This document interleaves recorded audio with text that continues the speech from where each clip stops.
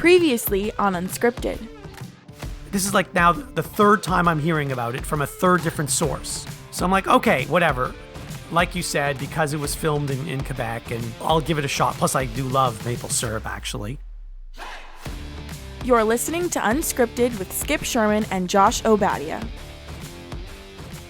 Okay, Skip, so today we're going to talk about our favorite Gene Hackman movies. But before we get to that, as you know, I was away traveling for a little while and wanted to tell you about some of the adventures that I had while I was gone. Welcome back. Thank you. So I was in Miami. I was there for a couple of weeks and was with a friend of mine, a friend of yours too, actually. And we went to 3 games in 3 days. I know when you were texting me the places you were at, I'm like, what the hell's going on? Because I knew you were going to one of those games, and then all of a sudden you're doing this whole sports tour of Florida. It was great. The only drawback was that Florida is so big and driving everywhere takes forever. Right. So like if it's supposed to take 30 minutes, it takes an hour. If it's supposed to take an hour, it takes 2 hours. But aren't you used to that living in Toronto? No, this is worse than Toronto. Way worse. Okay. Because, you know, often when there's traffic in Toronto and or Montreal, there's a reason for it. You know, there's an accident or there's construction or whatever. But in Florida, there's no accident and there's no construction, but there's still traffic. It's just the reason is bad drivers. That's the reason. Just too many drivers. That's what it is. Right. Just too many. Okay. So anyway, whatever. We went to see a college basketball game at the University of Miami. Duke was playing, which is part of the reason that we went. So we got to see Duke destroy Miami. Miami isn't good this year. And actually, no, as a matter of fact, they're so bad that I think they're probably gonna fire their coach, right? They already did, and they hired Right. Duke assistant coach Jay Lucas already, even before the Duke season has ended. So Jay Lucas is no longer with Duke. Right. Okay. But anyway, got to see Cooper Flagg and Con Knipple and the boys, and there were a lot of Duke fans in the crowd. That stadium only holds 8,000 people, and it wasn't full actually. It wasn't sold out. I was a little surprised that it wasn't sold out, but anyway, it was fun to go, and that game was on ESPN also actually. So for the last sort of 5 minutes of the game, when the game was basically already decided and people had already left, I snuck down to, almost right behind the Duke bench. And I could almost hear what Coach Shire was saying to the players in one of the timeouts. It was pretty cool. I love that. So that was a Tuesday night. And then on Wednesday afternoon, we went to a spring training baseball game in West Palm Beach. Now, West Palm Beach was roughly 2 hours away, but that's the closest spring training facility that we could get to. The others are all further away. Yeah. What teams facility? So Houston and Washington share that facility. Oh, okay. That facility is, I don't know if they're all like that, but that facility is amazing. First of all, they've got the stadium where they play the games, and I think it holds, 2,000 or 3,000 fans if you want. But then Houston has their own huge baseball diamond where they practice, and then Washington has their own baseball diamond where they practice. And then there's at least a dozen, if not more, batting cages. Yeah. And then they also have this thing. It's basically a full-size infield, but just an infield. So you can't take batting practice there because it's too small. But I guess you could take infield practice and maybe, pitchers can do some work there. But I was surprised that they had a field that's just the infield. That is cool, actually. So there was one, we got there really early, and there was one backfield where Josh Hader was throwing like a simulated inning against live batters. Right. And you never heard of these batters. They were probably guys who aren't going to make the team. And most of them weren't even making contact with his pitches. Well, he's that guy throws the smoke, no? Exactly. So was there a lot of people at the spring training game? Is it full? It wasn't full. I guess the stadium was half full, and we were actually, for the game itself, we were sitting in the front row. We literally could have had a conversation with the on-deck batter, and without yelling, just like a regular conversation. That's how close we were. That's awesome. I love that. But most of the guys in the batting order were guys you've never heard of. Right. I've never been to a spring training game. It's something that I always kind of wanted to see what it's like. You know? Yeah, it was my first one. I'm glad I got to do it. Yeah. It was fun to go. The weather was it was a great day. The weather And was then night perfect. 3, you went to a hockey game or what?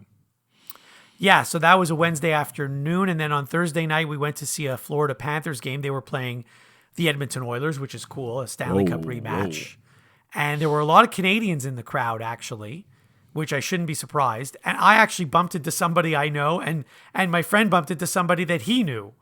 Really? Yeah, it was just a total coincidence. And there are probably more people that we knew, we just didn't bump into them, right? And we also met former NHL player Reed Simpson. He played on the Montreal Canadiens for a season or less. Minutes, yeah. Yeah, cup of coffee. Yeah. So he was a nice guy. We chatted with him for one of the intermissions. Cool. But all in all, it was a fun trip. We also played a lot of pickleball. I played so much pickleball that I hurt my knee and I had to take a few days off. I was texting you like when you came back, like, are you ready for the pro pickleball circuit? If I turn on that pickleball channel that you had there that one time I was at your place, you could I'm going to see you on the pickleball channel. I would love it if I was on that, but I'm nowhere near good enough for that. No chance. I don't think you have to be that good, do you? Oh, no, you do. The good players are really good. Like even the good players who were at the courts where I was playing, they are really good, and they're nowhere near what the pros are. Well, if you wait it out and you keep playing, maybe you can make it on the senior tour. I don't even think I'm good enough for that. I mean, it's a fun game, and it's actually, because I played so much in the span of 2 weeks, from the day I got there to the day I left, I improved drastically. Yeah, sure. So yeah, it was a lot of fun. It was a fun trip. Awesome. I'm glad you're back. I'm glad you're back, but I'm glad you had a good time. Thanks. So do we have any listener mail or voicemail? Mailbag. We don't have any actual mail, but I did speak to one of our biggest fans. That's Lenny, my uncle. And he told me about the show The Sticky. He said he hated the show. He said it was ridiculous and it was so bad he wanted to turn it off. He couldn't watch it. That's interesting. Actually, friend of the show, Mike in Atlanta, called me. And I guess, I don't know if he saw on Facebook that we did an episode about The Sticky. He didn't listen to our episode, but he starts telling me all these things about the show. And I said, well, you should have listened to our episode, because everything you just said to me in the last 5 minutes, we talked about. Mike is... Look, I love just Mike. listen to the show, and then you wouldn't have had to call me, because we talked about all those things that you just talked about. That's the best. So then my uncle also followed up with Man on the Inside. Okay. And I said, how did you like that? And he said, well, he said the show was good. He goes, but was surprising. This came out so strong. He was like, I hate Ted Danson, is what he told me. Really? I didn't think anybody hated him. He said he's the worst actor and he's terrible in everything that he does. And I was really shocked to hear such a strong opinion. He says even in Cheers, the guy couldn't act. This is what he told me. So he said he liked the idea of the show Man on the Inside and he thought it was funny and cute, but he doesn't care for Ted Danson. So that's just one man's opinion right there. Okay. Well, good. I'm glad. We like to get differing opinions. Yeah. That's all for listener mail. Okay, so we'll be right back after this to talk about our favorite Gene Hackman movies. You're listening to Unscripted.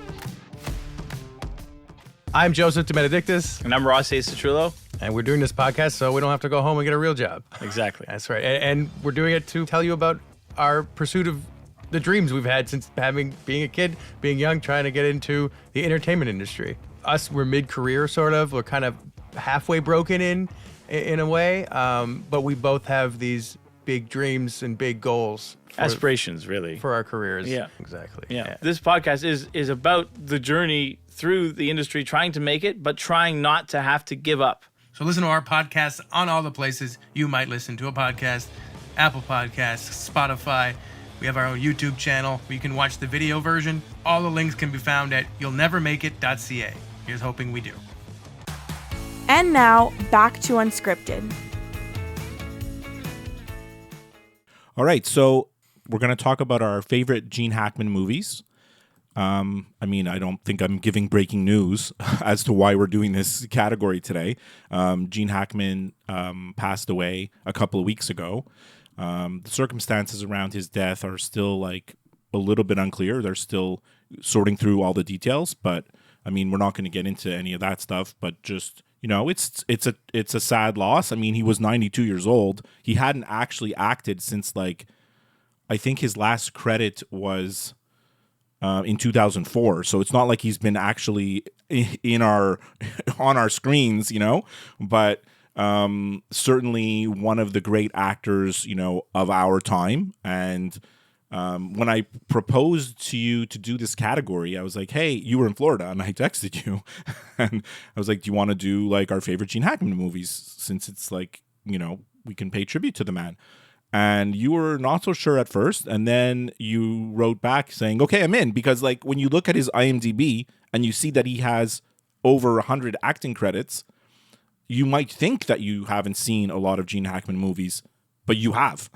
I mean, anybody who's watched movies has seen stuff that he's in. Like, you can't get away from it. I mean, I'm gonna give you my top 5, and you're gonna give me your top 5. But there's actually some really like well-known films that he's in that like I just never watched. I haven't seen. Obviously, look, he started. I mean, some of those credits of the 100 credits on IMDb, some of those are in the 60s and the early 70s. Some of them are TV credits, and then obviously, like I didn't see a lot of those movies in the 70s. Most of my list is actually from the 80s. But I think he's like the classic actor. Like he could do any role, He could be a supporting actor. He could be a lead. And actually what I found from my list that I made, he was actually better when he was paired with another kind of co-star, That seemed to be his niche, right? So we're gonna get into like our top 5, but I don't know if you had anything else you wanted to say about him before we start our lists. So I did the same thing. I looked at IMDb, and yes, he's been in a lot of movies. This might have been the easiest topic for me that we've ever done, because I've only seen 6 of his movies. So it was very easy for me to pick 5. You only saw 6 out of the whole list. Well, when I was looking through the movies, there's a lot of movies that I've heard of, and I thought, have I seen that? Have I not seen that? And then I watched the trailer, because IMDb shows the trailer, and every time I would watch one, I said to myself, I don't think I've seen that movie. So there are 6 that I've seen, and actually one that I rewatched 2 days ago just to make sure that I remembered it well. Right. So it was very easy to pick 5 for me. Very good. And okay. I mean, it wouldn't surprise me if we have a few the same. We are definitely gonna have one the same. Okay. But considering that you said you've only seen like not that many, I don't know. I guess we're gonna see. I actually did a lot of homework this week, Josh. Never mind like the writing down and looking up stuff about the movies, and this is the stuff that we usually do. I actually watched some of the movies, because there's a couple of movies that I'm like, no, this deserves to be in my list, but I got to rewatch it because I haven't seen it for so long, right? That I'm like, okay, I need to refresh my mind and see, first of all, is it worth being in my top 5? And I need to know what I'm talking about to talk about the movie. So I actually did rewatch 2 of my movies here, and I'll get into it in the honorable mentions. I actually watched more than that, but we'll get to that in a sec. Okay, well, I rewatched one of them, so. Okay, cool. All right, well, this was your idea, so why don't you go first? Number 5. Okay, so I'm going to start with my number 5. Yeah. This is a movie. This is Mississippi Burning, which came out in 1988, and I remember going to see this in the movie theater in 1988, and thinking, "Oh my God, it's really intense." And I don't think I've seen it since. So I actually decided to go and rewatch it. Here in Canada, it's available on Amazon Prime. So I actually watched it a couple days ago. In case you don't know what it is, it's Gene Hackman and Willem Dafoe is the co-star. They're FBI agents who are investigating the Ku Klux Klan in Mississippi in like 1964. Hackman and Dafoe are like opposing, like they're partners, but they have opposing views on how to do this investigation. And Defoe is super by the book, and Hackman is from Mississippi, so he has a different perspective on the whole how the race relations and how things should be, you know. And also Frances McDormand is in the movie. And then also, weirdly, Stephen Tobolowsky, you know this guy? Yeah, isn't he on the Goldbergs? Yes, but more famously, he's Tor Ekman, you know, in Seinfeld, the guy who turns George purple. Right. So he actually plays the leader of the Ku Klux Klan in the movie, which I was like, whoa, this is blowing my mind. It's interesting to watch movies from the 80s. You know you're watching an old movie when the credits are all at the beginning, because that doesn't happen a lot now, right? Look, it was an Academy Award nominee for Best Picture that year, so obviously it's thought of as a really good movie. I think it's good. I think it's very intense. It's sometimes hard to watch because the racism and the violence is so graphic and in your face that it's like, whoa, hard to watch. I don't know if they could make this movie today. I think it would be different. It just goes to show how far things have changed since 1988. Like for me and you, 1988 seems like 3 weeks ago, right? But I don't know. Like, I think if the movie was remade today, it would be told differently. Maybe with a more emphasis on a black hero, because it's like this, you know, when you read about this movie, I'm like, yeah, I liked it. It was good. And then you read and there's all this controversy because people think it's like playing into like, oh, the white FBI agents are coming to save the black people, right? Like this is the stories that were told in the 60s, the 70s, the 80s, the 90s. They don't tell those type of stories anymore, right? Now it's different. I still think it's a good movie and I would still recommend it. Okay, so that's one of the movies I have not seen, but of course I've heard of it. And had I seen it, I probably would have put it in my top 5 because obviously it's critically acclaimed, and you know I've heard only good things about it. So I'm going to start off with a movie from 2000 called The Replacements. I knew this was going to be in your list. As soon as you texted me that you were okay to do it, I'm like, oh yeah, because Josh remembered that Gene Hackman's in The Replacements. Right. So he's not the lead actor. He's not the lead actor in most of the movies that I've picked. Right. But this is a funny movie, you know, and it involves sports. So of course I'm gonna like it because it involves sports. So I'll just name you some of the other actors that are in the movie that I'm sure you know: Keanu Reeves, Brooke Langton, Jon Favreau, Rhys Ifans. He was in Notting Hill. You probably don't recognize his name, but if you saw him, you'd recognize him. And John Madden was in the movie. So there's actually a funny scene where Keanu Reeves is debating whether to make a move on Brooke Langton, and you can hear John Madden doing the play-by-play of what's going on in Keanu Reeves' head. So it's pretty funny, actually. She's a cheerleader, yeah? Is that it? Yeah, she's a cheerleader, yeah. So I think she's the head of the cheerleaders. Anyway, so just in case people haven't seen the movie, it's basically it's a comedy based on the 1987, football players strike. So this actually happened. Like there was a strike of football players in 1987, and I think for 3 weeks, every NFL team was using replacement players. Which, the more I think about it, I cannot believe that this actually happened. I know that it happened. I remember when it happened, but I don't think something like this could happen today. Like if there was a strike, there's a strike, but they wouldn't use replacement players. I mean, they used replacement refs, remember, a few years ago, and that really backfired. So imagine replacement players. Anyways, I think it's a cute movie, to be honest. It's a fun watch. Yeah. Number 4. All right, number 4 for me, I don't know if you ever saw this movie, and I only remembered that Gene Hackman was in it when I started to look at all his credits, and that's No Way Out from 1987. Have you ever seen this movie? So again, that's another one that I remember vividly. I remember seeing the commercials for it, but I don't know. I don't think I've actually seen the movie. It's really good. I watched it yesterday and I've seen this movie a million times, but like all like 30 years ago, you know, like I haven't seen it for years, right?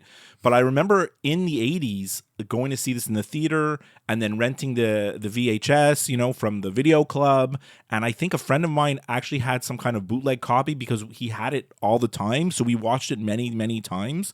But yet still, I didn't remember a lot of the stuff that I saw yesterday. Just goes to show. But it still holds up today. It's a really, really good, like, political thriller, murder. And there's this sexual aspect with Sean Young because, like, well, she's sleeping with both Gene Hackman and Kevin Costner, you know? So it's like, it's really, really intense. Sean Young is really actually quite hot in this movie. Like, she looks amazing. There's a huge twist at the end, which I completely forgot about. I don't think anybody saw that coming. And I'm not going to give it away in case you decide to see it, but it's still actually a really good movie. And then when I looked it up, I saw it has 92% score on Rotten Tomatoes, and at the time Roger Ebert gave it 4 out of 4 stars. Like I was like, when I watched it, I was like, this is really good. And then I saw all the reviews. I'm like, oh yeah, you know, it's like this underrated movie that people don't talk about that much. You know, Kevin Costner did The Untouchables, which came out in 1987 in June. And Bull Durham came out in 88, and this movie was in between, right? So I think it gets a little bit overshadowed. And of course, Gene Hackman is really, really great. He plays the Secretary of Defense. He's this wishy-washy kind of character. Like, he seems like he's all confident, but in the end, he's just like he's very unlikable. Like, you know, that's all I have to say. He's just not a good guy. Obviously, you know, he kills Sean Young by accident, so he's definitely not a good guy. But the one thing about this movie, it's so 80s, right? There's these terrible cheesy graphics at the beginning, you know, No Way Out and all this. And the opening credits, like I said, are at the beginning, and it has this very, very weird theme song called No Way Out, which is sung by Paul Anka. Who even in 1987 was ancient. Like, so I don't understand. I had no recollection of that until I heard the song and looked it up. So anyways, but I definitely would recommend for you to see No Way Out. It's really good. I think I'm going to have a lot of homework to do after this episode. I think so too, yeah. Okay, so the next one on my list, I'm pretty sure this is on your list, and it's from 1986, and it's called Hoosiers. Yes. Which is very fitting because tomorrow, we're recording this on a Saturday, tomorrow is the NCAA selection show for March Madness. So yep. How fitting that we're talking about Hoosiers. So this didn't have like an amazing cast like all the other movies on my list. This had, in addition to Gene Hackman, there was Barbara Hershey and Dennis Hopper. Right. And then, you know, the players on the team, they're not actors that you would have heard of. Jimmy Chitwood. Right. So it's actually based on a true story, you know, small town Indiana team that made the state finals in 1954. You know, so this coach comes in to town. No one knows who he is, but then they find out things about him. He has like a checkered past, and some say he shouldn't be the basketball coach. But, you know, he has different methods, and there's the star player that doesn't want to be on the team, even though he's the best player at the school. And eventually the player decides that he's going to join the team, and whatever. I'm not gonna tell you, rehash the whole movie, but there is a scene where Jimmy, like the top player, and Coach Dale, they're talking while Jimmy is just shooting baskets.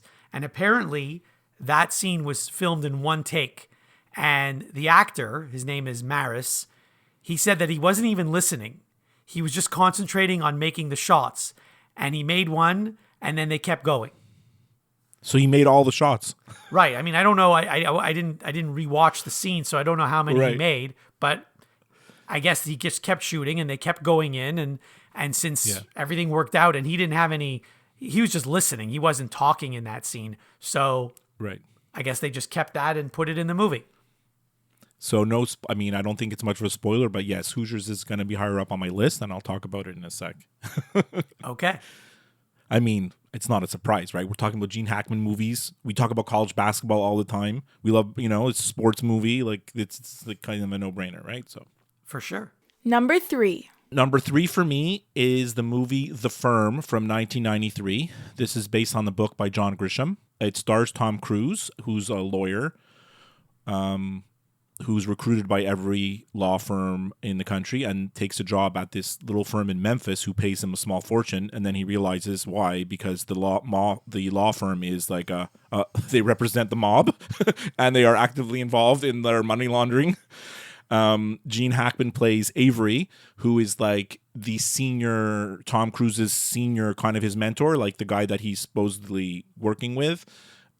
He's really great in this movie, Gene Hackman, because he, there's a scene where Cruise's wife has to like seduce him and all this. She drugs him. It's really, really good. Like it's like a typical Gene Hackman movie in that, like, yes, there's other stars, but like he just plays his role so perfectly that he makes everybody better and he makes the movie better. I've seen this movie a million times. I really do like it a lot. Holly Hunter's also in the movie. She was nominated for Best Supporting Actress, so I was surprised to read that because I didn't think, she's fine. It was a huge success. It grossed bajillion dollars. And like I said, I think Hackman just helps carry the movie, without being flashy. Okay, nice. So number 3 for me is from 1998, Enemy of the State. And this is a movie that I rewatched 2 days ago. Because This is with Will Smith, yeah? Yeah. Yeah. This is one of those movies where I was pretty sure that I'd seen it, but I just wanted to make sure, and sure enough, I did. So it's Will Smith, Jon Voight, Lisa Bonet, Jason Lee, Jack Black, and Tom Sizemore. It's a pretty good cast. Yeah, but Jason Lee and Jack Black are really young here, right? They're like supporting, like... Yes. Yeah. But they actually look exactly the same as they do in all the other movies. Wait, did you rewatch this recently? I did, yeah. I watched it like 2 nights ago. Okay. So does it hold up? Because it's like this whole movie about like how they're surveilling you all the time, right? Yeah, no, it's great. It's actually like, even though it's from 1998, I didn't think it was that old. Right. Because think about all the surveillance that could happen now with all the technology. In 1998, we had nothing, right? Although we had nothing, but according to this movie, there was a lot. You just didn't know about it. Right. Okay. So anyway, yeah, just to give the synopsis of the movie. So basically, someone finds a video of a senator being killed, and then the people who killed him are trying to get that video. It's Jason Lee that happens to stumble upon it by accident, and then Jason Lee's being chased by these people, by the NSA. He bumps into Will Smith, a friend of his that he hasn't seen in a million years, gives the video to Will Smith, although Will Smith doesn't know because he basically just slips it into his bag. So Will Smith has no idea that he's got this video. And then the NSA makes Will Smith's life completely miserable, canceling his credit cards, tapping his phone, bugging his house, all kinds of things. And then he's got to figure out what's going on. Why are these people after me? What do they want? He has no clue. Right. Then he eventually meets Gene Hackman, and Hackman figures stuff out somehow. And then the video gets destroyed, but the bad guys don't know that the video is destroyed, so they're still after him. Anyway, it's quite a good movie, actually. Okay. Maybe I should rewatch it. No, I think it's a very good movie. So one thing I found out, so originally Gene Hackman turned down the role. He didn't want to do it, but he was convinced eventually by director Tony Scott. And then when Will Smith found out that Gene Hackman was doing the movie, he agreed to do it as well. Number 2. All right, number 2 for me, 1986. You mentioned it already, Hoosiers. So obviously it had to be in my list. I mean, look, do I think this is a great, great movie? I think it's really good, but it's a great sports movie. In fact, it's on every list. If you look up the greatest sports movies, like it's on every list. It's there. It's number 1, 2, top 5. It's always there, right? So I don't need to rehash it. Obviously, it's 1950s Indiana basketball. It's kind of like an old-fashioned Friday Night Lights of basketball, right? I mean, the big focal point is how important the high school basketball team is to this little town, right? It's so important. In 2001, Hoosiers was selected for preservation in the United States Film Registry by the Library of Congress as being culturally, historically, and aesthetically significant. I don't know what that means, but that's what it means.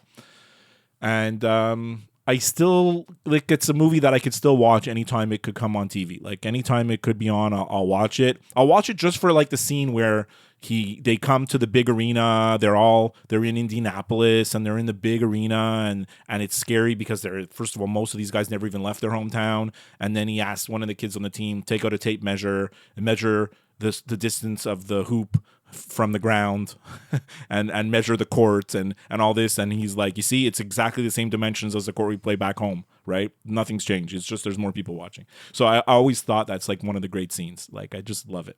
That is a great scene. That reminds me of March Madness now, because as you know, when they get to the Final Four, they don't even play in a basketball arena. They play like in a football arena.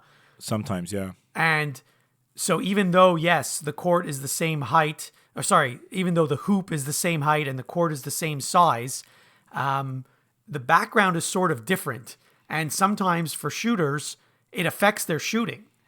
I agree, yeah. Because they like the fans are further away and it's just weird for some of the shooters. And the court is often like elevated on platform style with the benches low. The benches lower. I always thought must be so weird playing on that type of court. Right.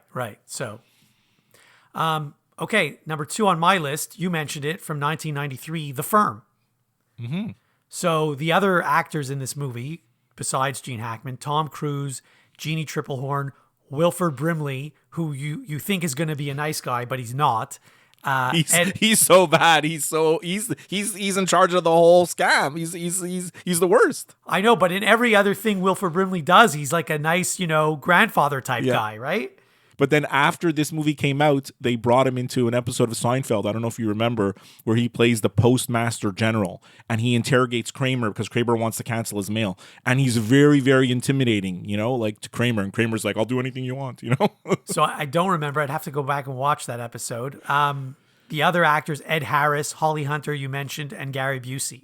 So, I mean, you talked about the movie and everything you said is, I agree. So interesting, I didn't know this, but Holly Hunter, she's only on screen for a total of 6 minutes in this movie. Really? One of the shortest performances ever for who was nominated for an Oscar. And so she's in 20 scenes for an average of 18 seconds per scene. Right, because I'm going to say, how could she be in the movie for only 6 minutes? She's in a whole bunch of scenes. But you're right, they're all so short, right? She's making the photocopies. Then she's getting the keys to the boat. And right? And then she runs off with his she goes to visit the brother in prison, or she calls him. And then they run off together. And you're right, it's very, very short little things, right? That's so crazy. So that is crazy. That's an awesome stat. I haven't ever timed how long an actor is on screen, but I'm sure we could find other movies where a supporting actor or actress is only on screen for a short period of time. But I don't know. Yeah. Like 6 minutes out of a 2-hour movie is quite short. That's super short. Yeah. Number 1. All right, we're at number 1. I don't know if we're going to have the same number 1. I doubt it. I'm going to say no. So my number 1 is Crimson Tide from 1995. If you ask my wife, do you know this movie? I've heard of it, but I haven't seen it, so it's not my number 1. If you ask my wife, she was not surprised when I told her this is my number 1 movie, because she says I am the biggest sucker for submarine movies. Any kind of submarine movie, like I'm there. I'm there. I'm watching it. I'm in it. Right. So I actually watched this movie completely wanting to watch it. Maybe 1 or 2 months ago. I just said I feel like watching one of these submarine movies, and then I found it on, it's either on Disney or it's on one of the services, and I just happened to watch it. So obviously it's with co-stars, it co-stars Denzel Washington, and him and Gene Hackman are the two antagonists.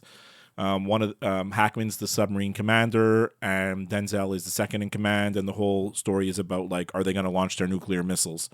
And obviously, a lot of stuff happens during the movie. I don't have to give it all away. Interestingly, pre-Sopranos James Gandolfini is in this movie, which is really, really cool to see. At the time, I read some interesting quotes about the movie, and this sums up because I'm at number 1, so I'll give you the Gene Hackman aspect.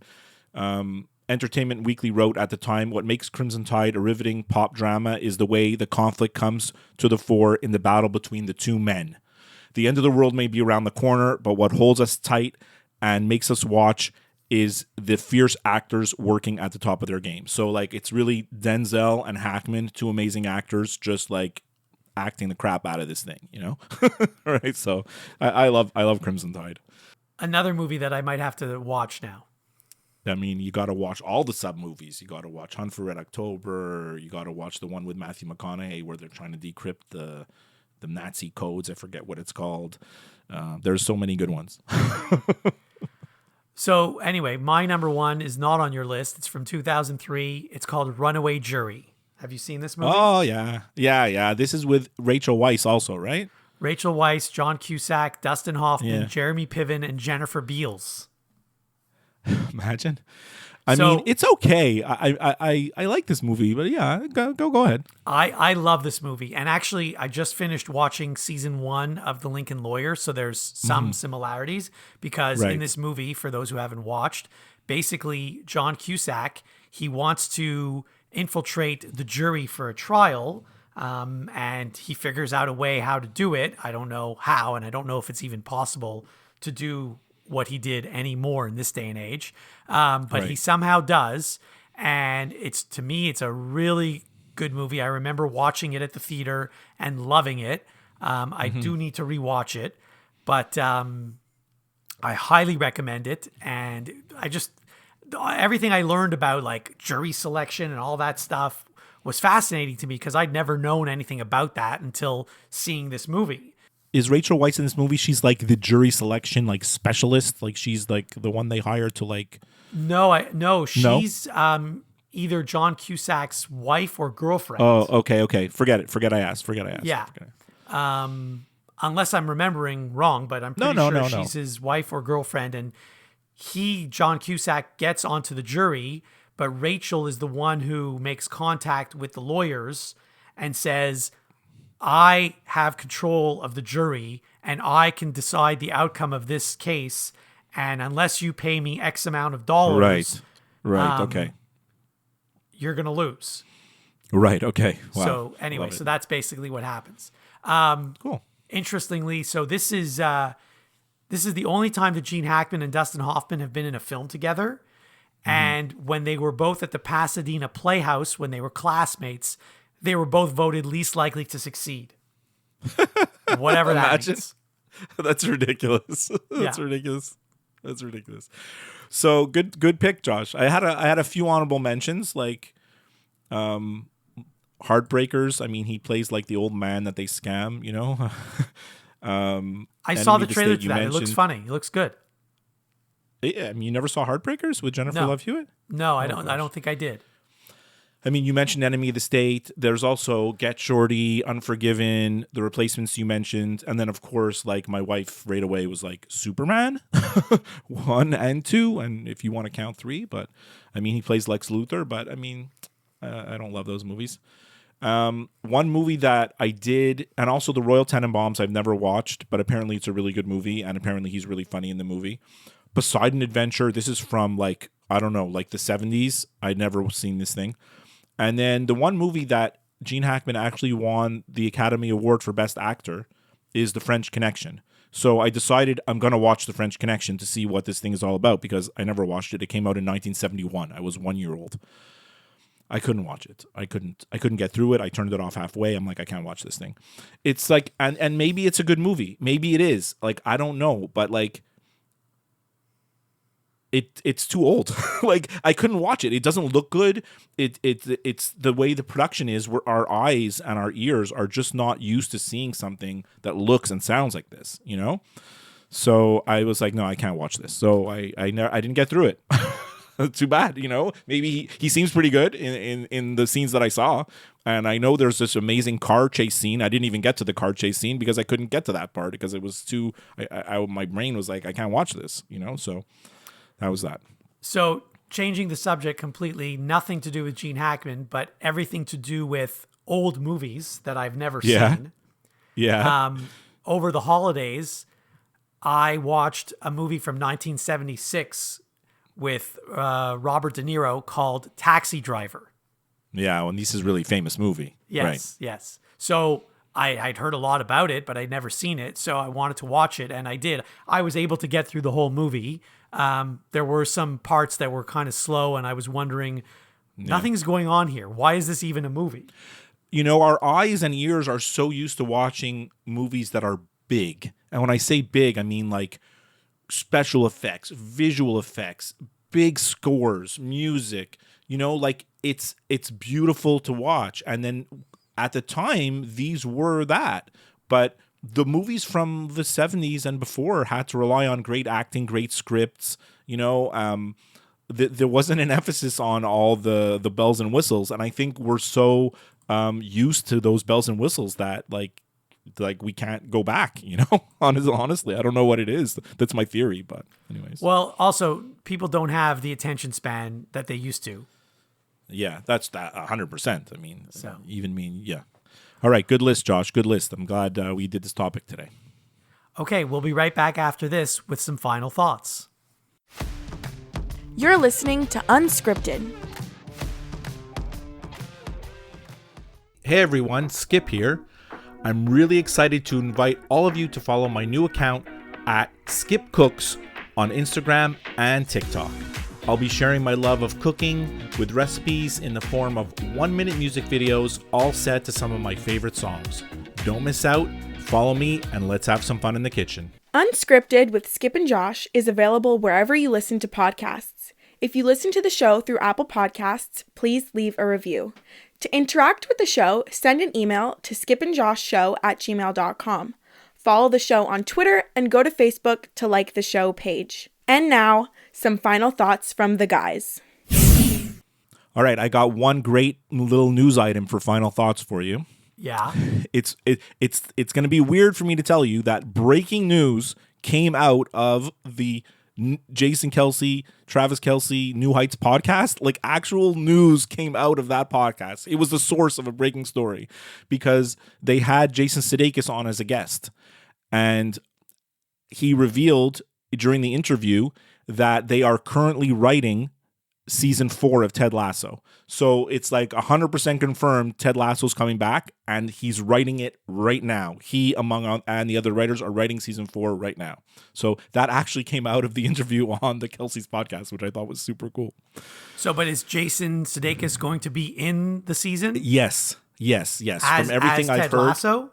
yes, everything I've heard is that he is going to be coaching the women's team that they kind of mentioned in the last seconds of the end of the previous season. You know, like Keely comes to her boss and says, "Here, this is my proposal for a women's team." You know, and as well. So I think that's where it's going. Anyways, you know how much I love Ted Lasso. I can't wait to see that show. So That's cool. but Very it's probably cool. 2 years away. Who knows how long it's going to take? Right. Yeah. Didn't you have something else you want to mention? Yeah. I know we're only in March, but I was in the car yesterday with my daughter, and she says, "By the way, for your podcast, I know it's only March, but the early contender for Song of the Summer, her prediction, is a song called Call Me When You Break Up by Selena Gomez." So she thinks this is going to be the Song of the Summer. Okay. We'll have to do our Song of the Summer episode, but maybe in a couple of months from now. Right, sure. So, couple of interesting things. When I was in the United States, I was obviously watching a lot of American television, Yes. and I saw a bunch of commercials that we don't get here. I mean, isn't mostly American commercials, isn't it all like pharmaceutical ads? Yeah, but the two that I'm going to mention have nothing to do with pharmaceuticals. Sure. So you know how commercials like to use famous people in their commercials. Sure. So there was a commercial for a store called TJ Maxx, which we don't have in Canada. Right. And the famous person that they use in the commercial is Canadian Jordan, and I can't pronounce her last name, but she's on the Canadian women's soccer team. Jordan Heidema? Yes, she's in the TJ Maxx commercial. She's the only person in the TJ Maxx commercial. That is crazy bizarre. I mean, she lives in the United States. I believe she lives in Seattle because I think she plays for the Seattle team. I don't know. I thought she played in Europe. I think she did as well. It's possible that she played for one and the other, maybe she's back. I don't know. I haven't followed. But that is pretty crazy because there's no American person that knows who she is. That's what I thought, but she's in the commercial. So I was stunned when I saw it. I had to rewind to make sure I didn't see something incorrectly. But did they put her name on the screen to tell you who it is? Yes. Oh, that's crazy. Okay. I mean, good for her. She's making some money. Yeah, exactly. Great. Yeah. And similarly, so, in the States, they have Hulu. We don't have it here. So a lot of the shows that are on Hulu, we get them here, but on different platforms. We usually get Hulu stuff usually comes to us on Disney, but right. Most of the time. So there's a Canadian show that I've actually never watched. It's on Crave, and it's available in the United States on Hulu. And it's called Shoresy. That's the one about hockey. Yeah, I know. My son's friends watch this because it's a spin-off of Letterkenny. Right. But I mean, it's a Canadian show about hockey. I didn't think anybody in the United States would even care about this. It's set in like Sudbury, and it's filmed probably somewhere in Ontario for all I know.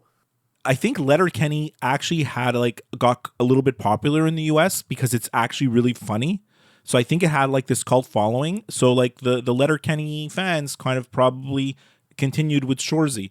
There is a commercial for Shoresy that they kept showing here that every time it was on, I laughed my head off. I want to get the joke right. I think I know which commercial you're talking about. They refer to Sudbury as Sud Vegas. No. The reporter's chasing him down the locker room, and she's trying to insinuate that he's stupid. And she says, "Can you name 2 continents?" And then he says, "Ketchup and mustard." Yes, I remember that. It's funny. The commercial is funny. funny. Every time I saw that commercial, I just died. I was like, maybe I should watch this show. So I asked my son about it, and he said he's seen a few episodes, but he says it's really, whatever. I think there's 2 seasons of it. I thought there were more than that, but anyway. Who knows? It was great talking to you today about our favorite Gene Hackman movies. I mean, one thing about being an actor, I mean, obviously it's sad that he passed away, but all his work, all his acting, all his movies, they live on. We can keep watching them forever and ever, right? So we're always going to remember Gene Hackman pretty fondly. And I'll speak to you next time. Have a great week and enjoy March Madness.